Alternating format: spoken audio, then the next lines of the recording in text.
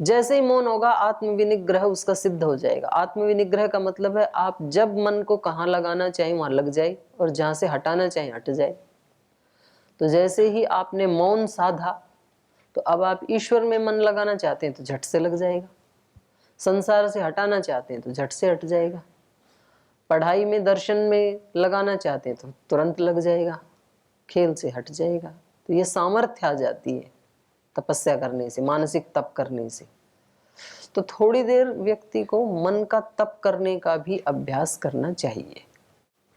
खाना खाते समय आप मन का मौन कर सकते हैं क्योंकि वहां मन की कोई जरूरत नहीं है। स्नान करते समय आप मन का मौन रख सकते हैं, ब्रश करते समय, पेस्ट करते समय मन का मौन कर सकते हैं।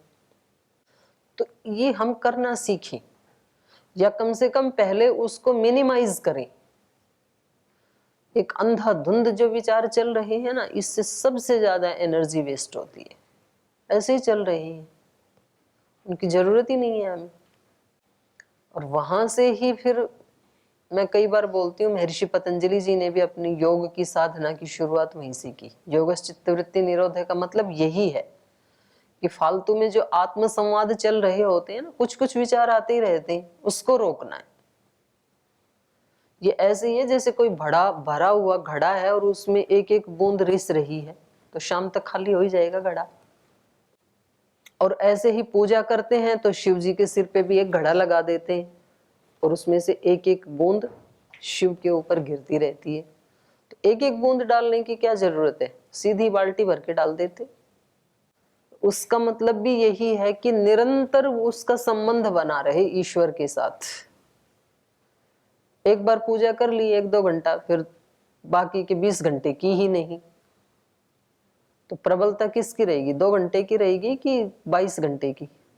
22 की रहेगी। और एक एक बूंद गिरती रही, माने 24 घंटे जो भी काम कर रहे हैं ध्यान ईश्वर की तरफ ही रहे, तो प्रबलता उसकी रहेगी। फिर तो दुख या सुख ये अपनी कामनाओं या अपेक्षाओं के ऊपर डिपेंड करते हैं। ये मेरा कहने का भाव था। माता श्री, जैसे राग द्वेष तो होते हैं और ये अपनों से ही होती है ज़्यादातर, और उन्हीं के कारण दुख मिलते हैं। अगर हम किसी से व्यवहार करते हैं, व्यवहार धीरे धीरे प्रेम में बदलता है, फिर वो राग में बदलता है, फिर कष्ट देता है, तो हम किस प्रकार व्यवहार करें? मैंने एक दिन पूछा था बहुत दिन पहले, तो आपने बताया था सबसे अनंत प्रेम करो। तो माता जी फिर प्रेम राग में बदल जाएगा? नहीं बदलेगा, क्योंकि सबसे करोगे ना तो नहीं बदलेगा, और कुछ से करोगे और कुछ से नहीं करोगे तो बदलेगा फिर। क्योंकि जो मान लो हमारे, आप कहते हो जी अपनों से ही होते हैं राग या द्वेष, तो ये अपने हैं कौन? किसी ने बता दिया ना हमारे को, भाई ये आपकी माँ है, ये आपके पिता हैं, तो हमने उनको अपना मान लिया, ये भाई हैं। और मानो किसी बच्चे को बताया ही नहीं जाता है। कभी कभी ऐसे होता है ना कि उसको कहीं अनाथालय से लाते हैं और उसको बताते नहीं है कि आप इस परिवार के से कहीं अलग हो, और वो उस परिवार को अपना ही मान लेता है। और बाद में किसी दिन उसको दूसरे बता दें कि नहीं, आप इस परिवार के बच्चे नहीं हो, आपको तो लाया गया था कहीं से। तो एकदम से उसको कैसा धक्का सा लगता है ना, कि अच्छा, उसको एक ही मिनट में टूट जाता है वो संबंध अपनेपन का। इतने दिन से ये माना बैठा था ना जो कि मैं इनका बेटा हूं, और आज किसी ने बता दिया, और फिर उसने पूछ लिया अपने माँ बाप से कि जी मेरे को सचमुच आप लाई थे क्या? बोले हाँ बेटा, हम तो लाई थे। एक ही मिनट में टूट जाता है इतने वर्षों का। यद्यपि वो व्यवहार करेगा अभी उनके साथ, सेवा भी करेगा, कृतज्ञता भी बनी रहेगी, पर मन के स्तर पर, बुद्धि के स्तर पर 1 सेकंड लगती है। तो इसका मतलब ये संबंध क्या है? माने हुए हैं, कि जिसको हमने अपना मान लिया वो अपना हो गया। अब आप देखो ना कि ये संसार कैसे चल रहा है। किसी एक लड़के की किसी एक लड़की से शादी हो गई, उसके पहले दोनों बिल्कुल पराये थे, कोई मतलब आस पड़ोस का भी संबंध नहीं है, और कभी कभी तो दूसरे स्टेट के बच्चों की शादी हो जाती है, तो प्रांत का संबंध भी नहीं है, भाषा का संबंध भी नहीं है। और एक दिन के एक संस्कार ने उनको बता दिए कि भाई हम, ये मेरा पति है, मैं इसकी पत्नी हूं। और फिर मतलब क्या हो जाते हैं, पूरे जीवन भर के लिए अपने हो जाते हैं, और उनसे फिर और अपने हो जाते हैं, उसके माता पिता भाई बहन उनको भी हम अपना मानने लग जाते हैं ना। तो ये तो सारा संसार के जो संबंध आप जिनको आप अपना कह रहे हैं, वो सब हमारे मन के माने हुए संबंध हैं। अब आप जब तक गुरुकुल में नहीं आए थे तो इन सब भाई बहनों से आपका कोई संबंध नहीं, कौन कौन कहाँ कहाँ का है। और जैसे ही आप यहाँ आए तो अब ये अपने हो गए, अपने परिवार के सदस्य हो गए। तो ये संबंध कैसे हैं, माने हुए हैं। ऐसे भगवान को मान लो, ये तो माने हुए हैं लेकिन वो रियल में है। तो आप कह रहे हो कि जी व्यवहार कैसे करें, प्रीति पूर्वक करते हैं तो राग हो जाता है, और प्रीति पूर्वक ना करें तो द्वेष हो जाता है। तो करें कैसे? तो या तो आप सबसे ही अत्यंत प्रीति करो, क्योंकि वो प्रीति आप दूसरे के लिए नहीं कर रहे ना। आपको हमेशा ये ध्यान रहे कि मैं इस बंदे के साथ प्रीति पूर्वक व्यवहार कर रहा हूँ, इससे मैं अपना पॉजिटिव या पुण्य का, धर्म का कर्माशय बना रहा हूँ, ये मेरी अपनी कमाई है। और यदि मैं ऐसा नहीं करूँगा प्रीति पूर्वक व्यवहार इससे, तो मेरा अधर्म का कर्माशय बनेगा, पाप का कर्माशय बनेगा, और उससे मेरे को दुख मिलेगा। तो इसलिए मैं अपनी कमाई करने के लिए, अपने को सुख का कर्माशय बनाने के लिए मैं इन सब से ही प्रीतिपूर्वक व्यवहार कर रहा हूँ। तो जब सबसे करने लगोगे तो कुछ तो ऐसे होंगे जो वास्तव में ही आपके अनुकूल होंगे, और कुछ ऐसे हैं जो बिल्कुल प्रतिकूल होंगे। तो प्रतिकूल वाला जब सामने आएगा तो आपको थोड़ा सा अपने आप को पीछे खींचना पड़ेगा, जिसको मैंने अभी अभी स्वीकार करने की बात बताई। आपको वो जैसा भी है वैसा उस रूप में स्वीकार करना पड़ेगा कि चलो भाई अब ये जैसा भी है, पर हमें तो इसके साथ भी प्रीतिपूर्वक ही व्यवहार करना है, क्योंकि नहीं तो मेरा अधर्म का कर्माशय बन जाएगा। और आप कहोगे जब वो जो बहुत उद्दंडता कर रहा है तब उसके साथ प्रीतिपूर्वक व्यवहार कैसे किया जाएगा? तो आप उसको दंड देते हुए भी प्रीतिपूर्वक व्यवहार कर सकते हैं। तो यहाँ बाह्य व्यवहार में किसी को नहीं टोकना, ऐसी बात नहीं कही जा रही है। वो भी हमारी जिम्मेदारी है, एक माँ की जिम्मेदारी है। बच्चा कुछ भी उल्ट पुल्ट करता है तो वो डांटती है, टोकती है, फिर भी ना माने तो पीटती भी है, लेकिन व्यवहार उसका भाव तो प्रीति का ही रहता है। तो हम भी हमारे साथ मिसबिहेव करने वालों के प्रति भी प्रीति का भाव रख सकते हैं, इस विवेक के साथ कि नहीं तो मेरा कर्माशय खराब हो जाएगा। तो फिर उस व्यक्ति के प्रति दुर्भाव नहीं आएगा। टोकेंगे तो सही आप उसको, और ये जो आपके अंदर का सद्भाव है, इसको वो व्यक्ति 2 दिन 4 दिन 10 दिन महीना 2 महीना 6 महीने में जरूर फील करेगा। भावों को, दूसरे के चित्त हैं वो उन भावों को समझते हैं, स्वीकार करते हैं, एहसास होता है उनको। ऐसा नहीं है जैसे आप चेतन हैं वैसे ही वो व्यक्ति भी चेतन है। आप दुर्भाव रखेंगे उसके पास भी नेगेटिव एनर्जी जाएगी, वो वापस नेगेटिव ही भेजेगा आपके पास। आप पॉजिटिव भेजेंगे वो भी आपके पास पॉजिटिव भेजेगा। आएगा वही जो गया है। दीवार के ऊपर गेंद मारोगे तो वापस कौन सी आएगी? जो मारी थी वही आएगी, बदल के नहीं आने वाली है वहां से। तो ऐसा ही है ये। तो या तो अत्यंत प्रीतिपूर्वक व्यवहार करो सबके साथ, और या फिर आप अत्यंत डिटैचमेंट का व्यवहार करो सबके साथ कि कोई अपना नहीं। तो दोनों में से जोन सा भी एक अनुकूल पड़े उसको अपना सकते हैं हम। और ये सब बातें समझ करके करते समय जब बाधा आती है, क्योंकि समझ लिया हमने अच्छे से, संकल्प भी ले लिया कि भाई ऐसे जीना चाहिए, यही ठीक, फिर पीछे वाले संस्कार भी तो हैं, वो कहेंगे भाई कहाँ जा रहे हो आगे, थोड़ा मेरे साथ हिसाब किताब भी तो कर दो, मैं भी तो बैठा हूँ इतने जन्म जन्मांतरों से, वो पीछे जो कराई थी उसका क्या होगा? तो फिर भगवान से सहायता मांगो, हेल्प मांगो कि जी इससे निकलना सरल नहीं है, तो आप ही सहायता करो, बचाओ इससे। तो शरणागति से और भगवत भक्ति से फिर चीजें हट जाती हैं। बहुत लोगों की हटी हैं, वो भी हमारे जैसे ही आत्माएं थे। जो संत हुए, महात्मा हुए, योगी हुए, तो रास्ता सबके लिए वैसा ही है। अपनी तरफ से प्रबल पुरुषार्थ, ऊपर से भगवान की शरणागति। न तो केवल अपने पुरुषार्थ से बात बनेगी और न तो केवल भगवान के भरोसे बैठे रहने से बात बनेगी। अपने में जितने सामर्थ्य है वो 100% लगाना है, और सारी लगा करके मैं खुद ही कर लूंगा, ये भाव भी उचित नहीं है। भगवान की कृपा के बिना भी कोई इससे बाहर नहीं निकल पाता है। और क्यों निकले हम? जब वो हमारा पिता है, हमारा अपना है, तो उसकी सन्निधि में, उसकी शरणागति में रहने में दोष क्या है? रहना ही चाहिए हमें। तो ऐसे आप व्यवहार कर सकते हैं। तो चलें आगे, चलें, थोड़ा पढ़ते हैं रामायण। चलिए। तो जैसे इन्होंने सीता जी को सुनाया तो वो भी दुखी हो गई और उनकी भी आंखों से आंसू बहने लगे।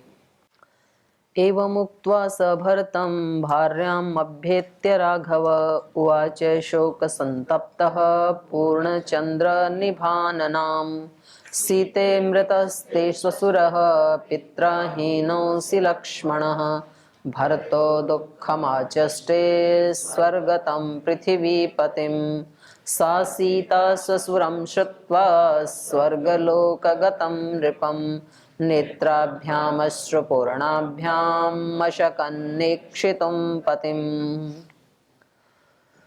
तो उन्होंने भरत जी को तो कहा कि भाई तुम बड़े भाग्यशाली हो जो तुमने पिता का संस्कार किया, आपने और शत्रुघ्न ने।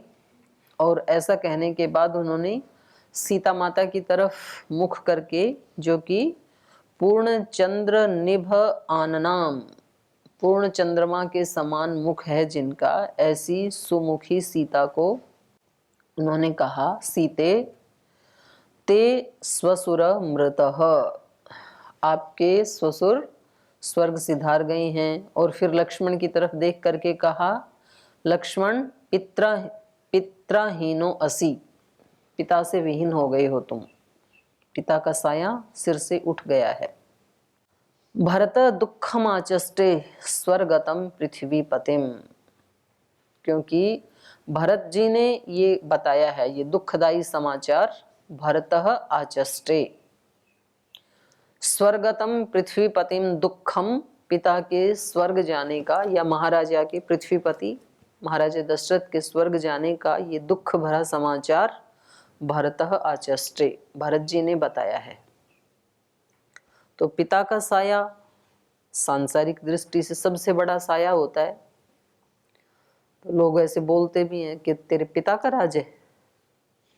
कोई मतलब कुछ अपना मनमाना व्यवहार करे तो उसको बोल देते हैं तेरे बाप का राज है क्या? यहाँ गुरुकुल में तेरे बाप का राज है।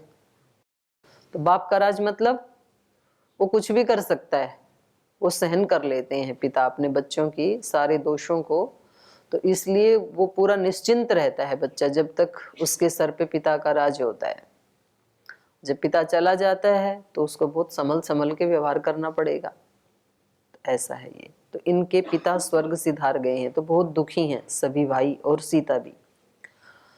सा सीता स्वसुरं श्रुत्वा स्वर्गलोकगतं नृपं नेत्राभ्यामश्रुपूर्णाभ्यां मशकन्नेक्षितुं पतिम। और जैसे ही माता सीता ने ये समाचार सुना तो उनकी भी आंखों में इतने आंसू आ गए कि वो सामने बैठे श्री राम को भी देख नहीं पा रही हैं। अश्रुपूर्णाभ्याम नेत्राभ्याम, आंसुओं से भरे हुए जो नेत्र हैं उनसे अशकत न एकक्षितुम पतिम, पति को देख नहीं पा रही हैं। आंखों के सामने इतना पानी आ गया। तो ये सारा का सारा परिवार जो है, अभी सारा परिवार तो मिला नहीं, केवल भरत जी आए थे। तो इस कुटिया में, चित्रकूट में अभी श्री राम, लक्ष्मण, सीता और भरत जी, ये 4 ही लोग हैं अभी कुटिया में। तो बाकी अभी बाहर ही हैं। तो अगले सर्ग में हम वो पढ़ेंगे।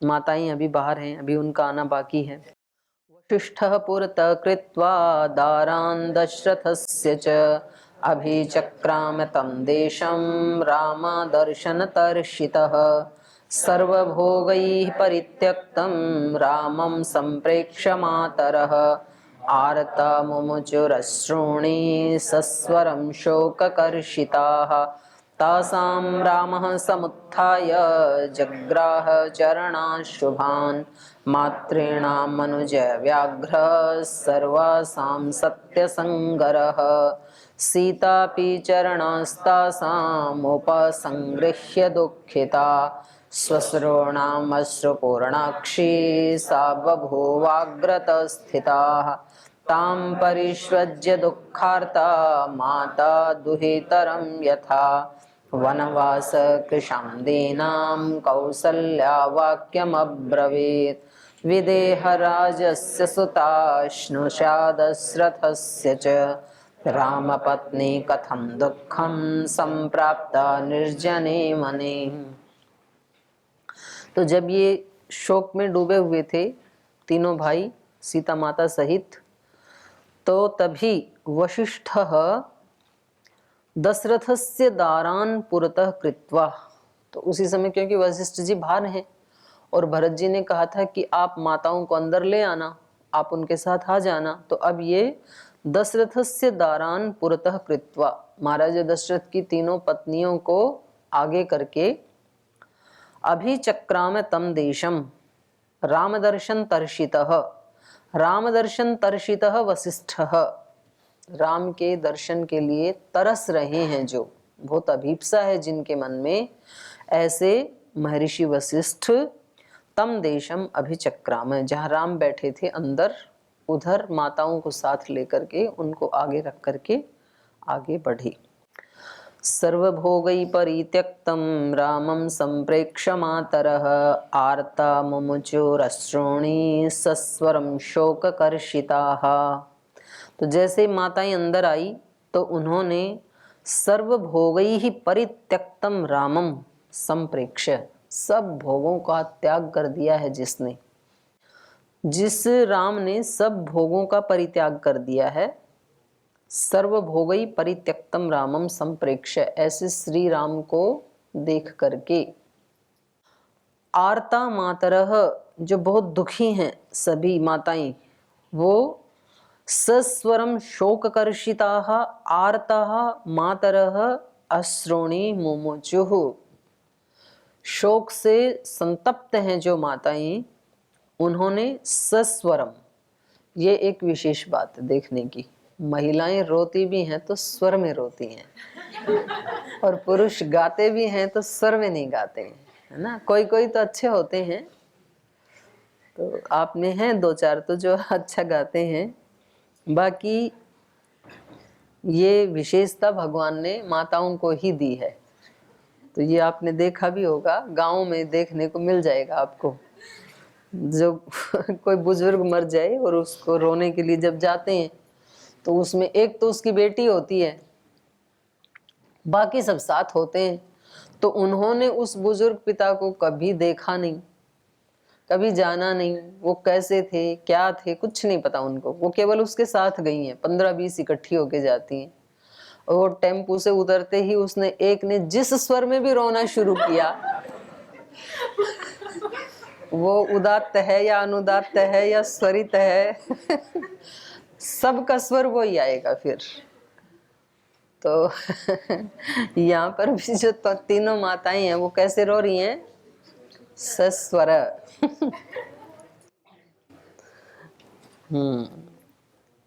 तो वो मिला लेती हैं, मतलब उनके अंदर ये खूबी होती है, जिस भी स्वर में आपने शुरू किया, जो अपने पतंजलि गुरुकुलम के जैसे बच्चे गाते हैं ना भजन, 2-3 बार स्वामी जी ने कहा इनको थोड़ा सा सिखवा दो ना तो कल वाले संडे में जो सुनाए वो तो ठीक था, अच्छा था, नहीं तो उनको ये लगता भी नहीं है कि हमारा स्वर नहीं मिल रहा है। बड़ी बात तो ये है, स्वर नहीं मिल रहा और फिर उनको एहसास भी नहीं होता है। तो कई भाई, तो मैंने कहा भाई जिसको भजन गाना आता है वो गा लें, तो वो गाना शुरू करते हैं जिनको आता ही नहीं है और उनको लगता है कि मुझे आता है। तो ये माताओं में ये विशेषता होती है। तो ये शोक से संतप्त हैं सभी माताएं, आर्ता, शोक कर्षिता, शोक से कृश हो गए हैं शरीर जिनके, दुर्बल हो गई हैं जो, शोक कर्षिता, सस्वरम अश्रुणी मुमुचुहु, उन्होंने स्वर सहित एक जैसी आवाज निकली उनकी, आंसू बहाते हुए वो रोने लगी ऊंचे स्वर से, श्री राम लक्ष्मण और सीता को देख करके। क्योंकि तीनों ही कैसे हैं, अत्यंत सुख भोगने के योग्य हैं, लेकिन तीनों ही मुनि के वेश में वहां बैठे हैं जंगल में। तो अपने बच्चों को इस हालत में देख करके, अरे वो तो जंगल में हैं, चित्रकूट में, उनके पास तो कुछ है नहीं, तुम्हारे माता पिता तो यहाँ आप इतने अच्छे उसमें रह रहे तो भी आगे रोने लगते हैं। किसी किसी के माता पिता जब यहाँ आते हैं और देखते हैं, अरे मेरा बेटा श्वेत वस्त्रों में, मेरी बेटी ऐसे कपड़ों में, तो वो रोने लगते हैं। क्योंकि उनकी दृष्टि में सुख की परिभाषा कुछ और है, जो संसार के सुख हैं उसको वो सुख मानते हैं। इधर भी कोई सुख होगा, जल्दी से समझ में नहीं आता है। तो ऐसे इन्होंने भी अपने श्री राम को, लक्ष्मण को, सीता को जब ऐसे वल्कल वस्त्रों में देखा, जटाजूट देखा, तो उनको लगता है भाई इसके सिर पे तो मुकुट होना चाहिए था, ये जटाएं बढ़ा के बैठे हुए हैं। तो मतलब स्वाभाविक ही रोना आता ही है। तासाम राम समुत्थाय जग्राह चरणांशुभान मातॄणां मनुज व्याघ्र सर्वासां सत्यसंगरः।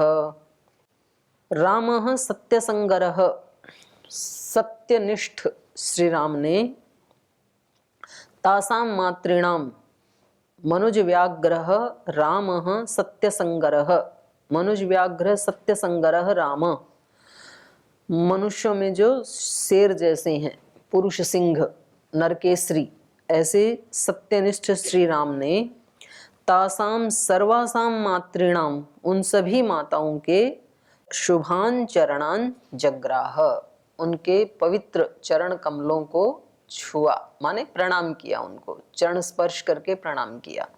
तो इससे भी ये पता लग रहा है कि उस समय भी साष्टांग प्रणाम करने की या दंडवत प्रणाम करने की या चरण छूकर प्रणाम करने की प्रथा रही है।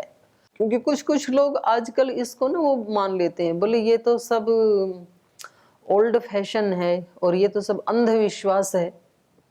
जब सब मनुष्य समान है तो कोई किसी के पैर क्यों छुए? अब ये सारा मैकाले शिक्षा पद्धति का परिणाम है।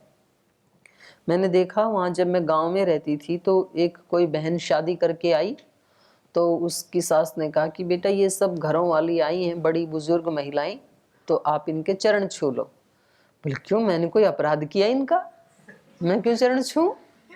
छुए नहीं हो उसने, दिल्ली की थी वो। तो सब रह गए। वो बोले बेटा हम तेरे को आशीर्वाद देंगे, चरण छुओगी तो। वो काफी समझाने की कोशिश की। बोले आपको देना है तो दो, नहीं देना तो मत दो।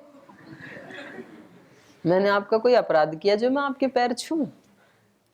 ये ऐसी शिक्षा नीति है। तो यहाँ श्री राम ने अपनी सभी माताओं के शुभान चरणान जग्राह, पवित्र चरणों को छुआ। अब इसके पीछे कितना बड़ा विज्ञान है ये पता नहीं है ना। सीतापि चरणान्तासाम् उपसंगृह्य दुःखिता श्वश्रूणाम् अश्रुपूर्णाक्षी सा बभूवग्रतस्थिता।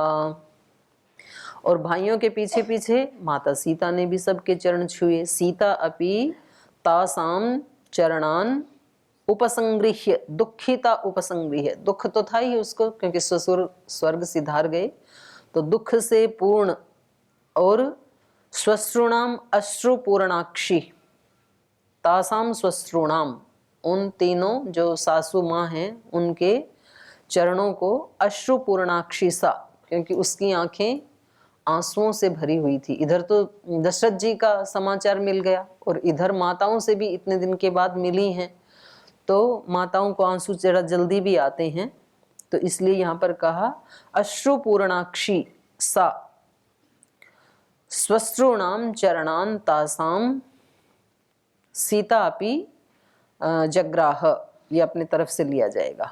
उन्होंने भी उनके चरण छुए और सा अग्रतः स्थिता बभुव, और फिर उनके पास ही बैठ गई, वो उनके सामने वहीं पर ही बैठ गई। ताम परिष्वज्य दुःखार्ता माता दुहितरम यथा वनवास कृशाम दीनाम कौसल्या वाक्यम अब्रवीत। और कौसल्या अपनी पुत्र वधु को अपनी बेटी की तरह से प्रेम करती थी, दुहितरम यथा, जैसे कि अपनी ही पुत्री हो। तो यहाँ ये बड़ी मार्मिक श्लोक हैं, जैसे सास बहू का संबंध कैसा होना चाहिए तो वो इस श्लोक में यहाँ दिखाई देता है। माता कौसल्या सीता माता को कैसे मानती हैं? यथा दुहितरम, जैसे कि अपनी बेटी ही हो। तो अब समय हो गया, इस श्लोक को फिर हम कल पढ़ेंगे। बहुत मार्मिक से श्लोक हैं ये। तो आज यहीं विराम लेते हैं।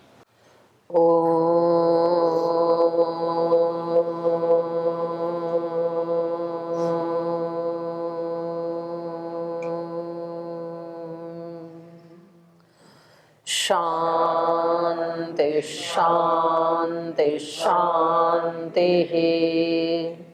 श्री गुरुभ्यो नमः। तू ही माता, तू ही पिता है, तू ही बंधु, तू ही सखा है।